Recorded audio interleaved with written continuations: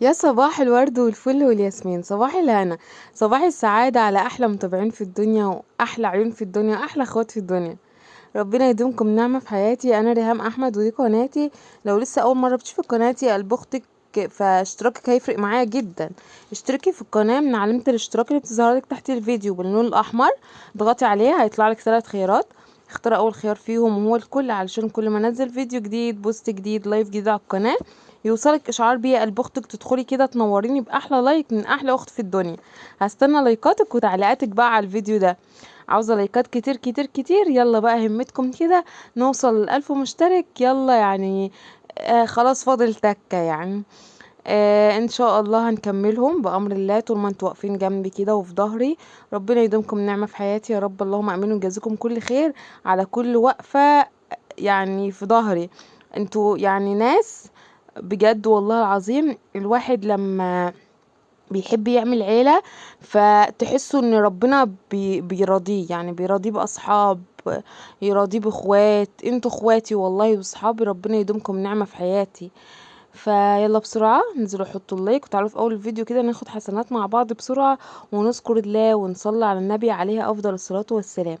اللهم صل وسلم وبارك على سيدنا محمد صلاة تنحل بها العقد وتنفك بها الكرب ويأتي بها الفرج.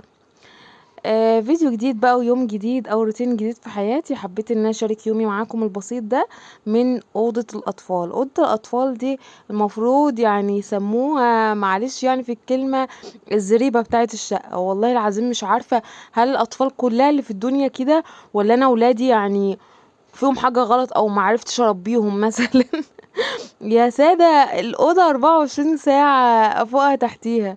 مهما أعمل أروق لهم الدولاب يقلبوه، يا ماما هاتلنا الضلفة دي هنا ووديلي الضلفة دي هنا، يا ماما أنا عاوز هدومي هنا، يا ماما أنا عاوزة هدومي هنا. بصوا بقى، عاوزة أقول لكم إن يعني الدولاب ده بيعاني معانا من كتر الهدوم ومن بهدلة الهدوم. أبقى لسه مروقاه يجي فوق وتحتيه. طبعا احنا داخلين على مدارس، كل سنه وانتم طيبين. يلا بقى اللي وراه حاجه كده يلا نشجع بعض وتقوموا تعملوا اللي وراكم كده اما تشوفوا البيت ريهام كده وهي محمساكم انكم تقوموا تعملوا روتينكم الجميل. فدخلت النهارده على اوضه الاطفال، كانوا الولاد بقى لهم كام يوم يا ماما احنا عاوزين الضلفه دي، ريماس تقول انا عاوزه الضلفه دي واحمد يقول انا عاوز الضلفه دي. فقلت بالمره بقى اعمل الدولاب. هو كان يعني كان محتاج ان هو ايه يتعدل، بس في تعديلات بسيطه في الهدوم. يعني كام طقم كده ريماس كانت لابساهم حطاهم فوق بعضيهم. إيه حاجه موقعاها احمد موقع كام طقمين، بس دول اللي كانوا في الدولاب اللي كان محتاج ان هو يتعمل. فبعد الزن يعني والمجادله فقلت اقوم بقى ايه اتشجع كده واصور لي فيديو معاكم، بحيث ان احنا كنا يعني قاطعين مده كتيره ما نزلناش فيديوهات. فقلت اعوض بقى معاكم الروتين، وكمان علشان دخلت المدارس دي طبعا كلنا بنبقى مشغولين في تودية الولاد المدارس، بنجي يوم من المدارس اللانش بوكس، الحاجات دي، الواجب بتاعهم الهوم وورك، الحاجات دي كلها تاخد وقت. فاللي وراها حاجة قبل دخول المدارس، مش هنقول ان لازم تنظيفات المدارس في حاجة اسمها تنظيفات مدارس او كده، لا هو كل واحد وراحته. فاهميني؟ يعني انت عندك حاجة وعارفة ان الحاجة دي عليكي ما تسيبيهاش لوقت الدراسة وتبقي لاخمة نفسك في كل حاجة، لا نخلص وقتنا كده او نخلص روتيناتنا ونخلص دنيتنا قبل دخول المدارس. يبقى الواحد فايق بقى كده وشقته نظيفة وموراهوش غير ايه عمل الغدا مثلا. الولاد جم من الدروس محتاجين ان هم ياكلوا ساندويتش، حاجه كده لذيذه للولاد، اللي هو الهوم ورك يتعمل، حاجه بسيطه كده، اللانش بوكس يتعمل.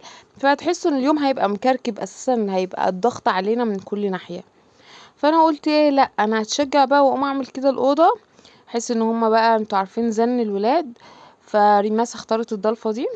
الضلفة دي بص، هو الدولاب عامة تحسوا ان الضلف بتاعته راكبة على بعضيها، راكبة على بعضيها زي ريهام.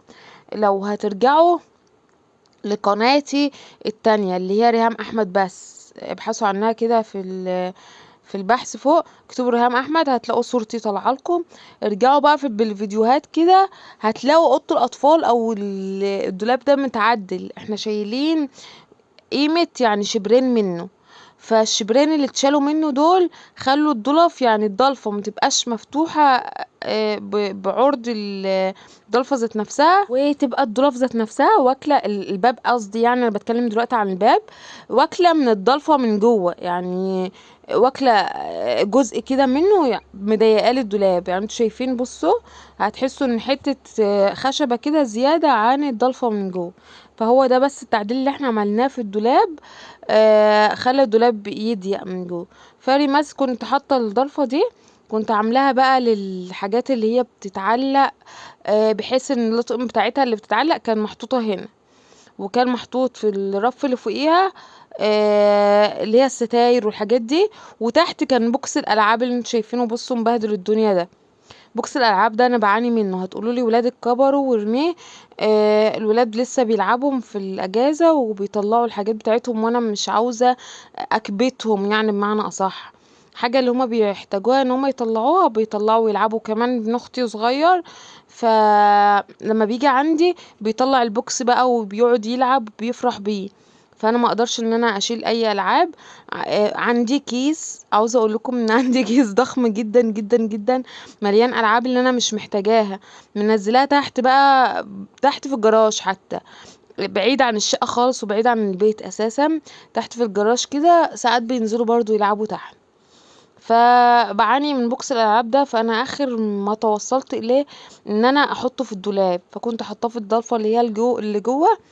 فريماس قالت لما قالت يعني لا عدليها لي وشيلي لي هدومي كلها، عاوزاها في ضلفه واحده.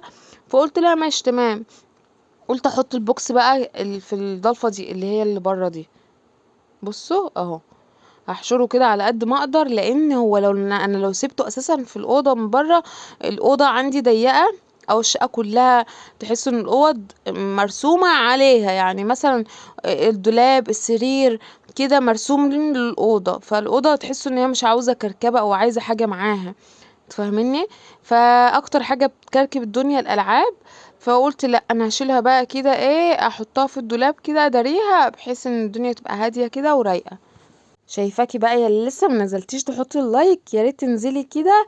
الامانه اللي ما بيني وما بينك ليوم القيامه انك تنزلي كده تحطي اللايك، وتصلي على النبي كده في التعليقات، اكتبي لي دعوه حلوه، اي حاجه كده منك حلوه يا ست الكل. واهم حاجه اشتراكك الجميل من بره مصر ومن خارج مصر ومن داخل مصر. والله العظيم وجودكم في حياتي وفي قناتي كده ده شرف ليا وعلى راسي من فوق. قعدت بقى كده، ايه، قلت بالمره بقى اعمل الضرفتين. ما هو انا لما شلت هدوم احمد حطيتها في ضلفه تانية، وهدوم رماس في ضلفه تانية، كله بقى اتدربك على بعض. فقلت لا انا اقعد بقى كده برتابه كده، واعمل الدولاب كله من اوله لاخره. اخلي مثلا ضلفه للستاير، ضلفه للملايات بتاعه الاطفال، و يعني كل رف الحاجة، كل رف مختص بحاجته، رف للفوط. فده هيبقى اسهل لي وهيريحني انا بمعنى اصح. فقعدت كده في الارض، الحاجه اللي تبقى قدامي اطبقها تاني، الحاجه اللي هي محتاجه ان هي تتعدل بعدلها واقوم حطاها كده. عاوزه اقول لكم ان الملايات دي مهما كانت هي حلوه وكل حاجه، اللي هي الملايات اللي باستك، انا لحد دلوقتي ما عرفتش ان انا اطبقها. بحس ان انا بكلكعها كلها في بعضيها كده، ولما بطلعها متبقاش احسن حاجة، بتبقى مكرمشة. فمش عارفة الصراحة، ما توصلتش لحد دلوقتي لطريقة التطبيق بتاعتها او ان انا اطبقها ازاي. كده كنت خلصت الدولاب، شلت بقى التيشيرتات كلها بتاعت جوزي فوق اللي هي الشتوية، وده الرف بتاع ريماس، وعلقت لها الحاجات بقى اللي هي بتعلق على الشماعات. وتحت خليت تحت خالص الجنسيات اللي هي البناطيل والحاجات دي. هنا بقى حطيت الكبرتات والفوط، وهنا الستاير، وتحت برضو الحاجات اللي هي الملايات بتاعت الاطفال، وجنبها كام حاجة كده برضو. والضلفة التالتة بقى خليتها لهدوم احمد رفين، والرف التالت بقى الفوط والبياضات بتاعت الكنب. وتحت الالعاب زي ما انتم شايفين كده. كده كنت تمام التمام وجبت اخري خلاص. عاوزه اقول لكم ان الجو حر جدا، بحيث ان اساسا الواحد يقوم ويعمل روتين وهو ولابس طرحة، فده في حد ذاته عاوز اقول لكم يعني والله العظيم انجاز. انا بعمل انجاز لما بكون بصور فيديو كده. الله يكون في عون كل حد شغال على اليوتيوب. ما تفكروش الموضوع سهل، والله الموضوع لا هو سهل في مشاهدات، ولا سهل في انك تلاقي حد يتابعك، ولا هو سهل انك تقومي اساسا تعملي الروتين. بصوا كل حاجة كده مكلكعة. طب انت عاملة القناة لحد دلوقتي مستمرة فيها ليه؟ او عملتي قناة تانية ليه؟ بحيث ان الاولانية ما حبتيهاش او خلاص يعني بعدتي عنها. الموضوع انا كريهام بحب ان الحاجة اللي اتعودت عليها افضل فيها. انا اتعودت على القناة التانية سنتين او دخلت في 3 سنين واكتر. ف خلاص انا اتعودت ان انا اعمل روتينات، اتعودت ان انا انزل فيديوهات. كل ده بيبقى تعود بالنسبة لي انا بتكلم على شخصيتي انا من الناس لما بتعود على حاجة خلاص. وانا فاتحة القناة دي ان انا اكل منها لقمة عيش، ان هي مثلا تبقى سند حتى في الحياة. بس مش عارفة ايا كان ليا رزق ان انا اكل لقمة عيش منها او ماليش رزق خالص فيها. كفاية ان انا طلعت بيكم انتوا باخواتي وصحابي وكل حاجة. عارفين التعليق اللي انتوا بتكتبوه في القناة ده والله العظيم يعني عاوزة اقولكم ان بيجي بعد مجهود وبعد تعب في تصوير في مونتاج. فما تبخلوش عليا باللايك وما تبخلوش عليا انكم تشتركوا وتكونوا اخواتي. انا ريهام ما عنديش اصدقاء خالص في الحياة اليومية في كده، نهائي نهائي نهائي نهائي نهائي. ما فيش ولا واحدة حتى صديقة جنبي. يمكن انا ما عرفتش ان انا اعمل لنفسي صحاب، فبحاول بقدر الامكان ان انا اعمل صحاب بجد والله العظيم يعني. حاسه ان انا كذا حد كده معايا ولحد دلوقتي مستمرين معايا. زي سونا مانع لحد دلوقتي مش عارفه احفظ الاسم. وكذا حد برضو كنت بحبه قوي قوي قوي على القناه التانية من تعليقاته. ف كانت نورة طبعا الاكونتات مبتبقاش هي بالاسامي. بحس ان يعني يمكن دول اللي طلعت بيهم من الدنيا، هما دول اللي حابة ان انا ابقى مستمرة معاهم الحاجات دي كلها. فكل اللي بدعيه من ربنا ان يكتب لي لقمة عيش او يكتب لي رزق في القناة دي عشان التعب، او يعوضني خير عن التعب اللي انا تعباه في دنيتي ايا كان. التعب مادي، تعب جسدي، اي حاجة، ان ربنا يعوضني بيكم انتوا بقناتي ان هي تكبر. نفسي تكبر قوي قوي قوي قوي ويكون ليا نصيب ان انا مثلا ابقى مستمرة عليها. ما هو انا برضو ممكن اجي مرة واحدة واحبط يعني خلاص. هو انا جبت اخري يعني ماليش نصيب بمعنى اصح، زي اللي ربنا بيوقف لي كل حاجة. بس انا بدعي ربنا ان ربنا يسهلها معايا وتمشي كده وتستمر كده. فادعولي ادعولي بجد والله العظيم، محتاجة دعواتكم. هنا بقى طلعت على الدور التاني، وما ادراكم ما الدور التاني. الدور التاني ده شفتوا الشقق المهجورة والله العظيم فكرني بلما تكونوا عندكم بيت وفي شقة هاجرينها فيه وقافلينها والشقة دي ما بتدخلوهاش. هتقولي لي ليه؟ هقول لكم. الدور التاني ده انا طلعته لقيته مزبلة. تقولي انت بتنضفيش كل يوم ولا بتكنسيش كل يوم ولا بتنضفي كل يوم؟ بنضف وبروق وكل حاجة. بس الدور التاني ده في السرير من فوق ما فيش حد بينام عليه. احمد ما بينامش عليه. ليه بقى؟ طول الليل اول ما بنقول يلا ندخل ننام بيبدأوا الخناق. انا هنام تحت، لا انا هنام فوق عشان المروحة. فالدور التاني في الصيف بيبقى كاتمة شوية عشان ما فيش مروحة طبعا ان هي توصل الدور التاني. فالمروحة كلها ريماس بقى بتاخدها مع عليها في الدور الاولاني اللي تحت. فبريح دماغي وبخليهم يناموا مع بعض تحت. واللي فوق ده ما كانوش بيناموا عليه يعني بقالهم فترة كده ما ناموش عليه. كل شوية ابص الاقي احمد مش شعلق فوق، احمد مش شعلق فوق. فقلت مش مشكلة اهو بيكتب واجبه بيعمل اللي وراه. اطلع بقى يعني وما خفي كان اعظم زي ما بيقولوا كده. والله العظيم طلعت انا لميت قفص. هتقولوا لي جايب القفص ده منين؟ هقول لكم مش عارفة. قفص متكسر على الورق اللي هو بتاع الطيارات على اكياس، على على كرتون متقطع. ف هو شقة مهجورة، كانت شقة مهجورة. فيعني اخدت الطريحة التمام مني وقال لي مش هعمل كده يا ماما تاني. فطلعت بقى روقتهولهم كده وفرشت الفرش، لان انا كنت المرة اللي فاتت برضو كنت فرشلهم السرير اللي تحت وكسلت ان انا افرش اللي فوق. بصوا ده كله اهو. بصوا القفص وحبال وطيارات وكرتون.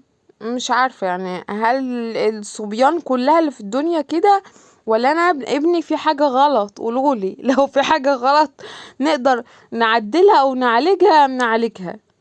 شلت بقى كل حاجة كده ونضفت الدنيا كلها، ولميت الورق بحيث ان انا ما بهدلش الدنيا بيه، لان طبعا الصالة نظيفة، فمش هعمل حاجة في الصالة النهاردة. فقلت عشان الدنيا ايه وانا بشيل السجادة ما تبهدلوش الدنيا بره وانا شايلها في الصالة يعني.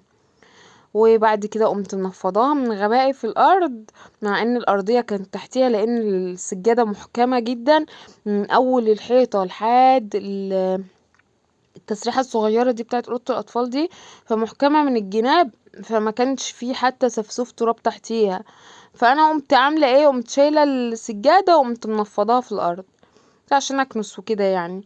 كنست السلم معايا وقمت ايه جايبة الارضية كلها. هتقولي انت بتكنسي بالمقشة الصغننة دي او بالجاروف ليه؟ هقول لكم قعدت ضغط على المقشة اللي هي الكبيرة ما لقيتهاش، مش عارفة راحت فين. ممكن اكون انا طلعتها بره وانا بكنس قدام باب الشقة، فانا مش عارفة الصراحة. فاستسهلت وقلت ايه دي وخلاص، عشان انفض بقى كنت جبت اخري خلاص، وكان الجو حر جدا ومحتاجة ان انا اخلص. بصوا يعني اخلص باي طريقة.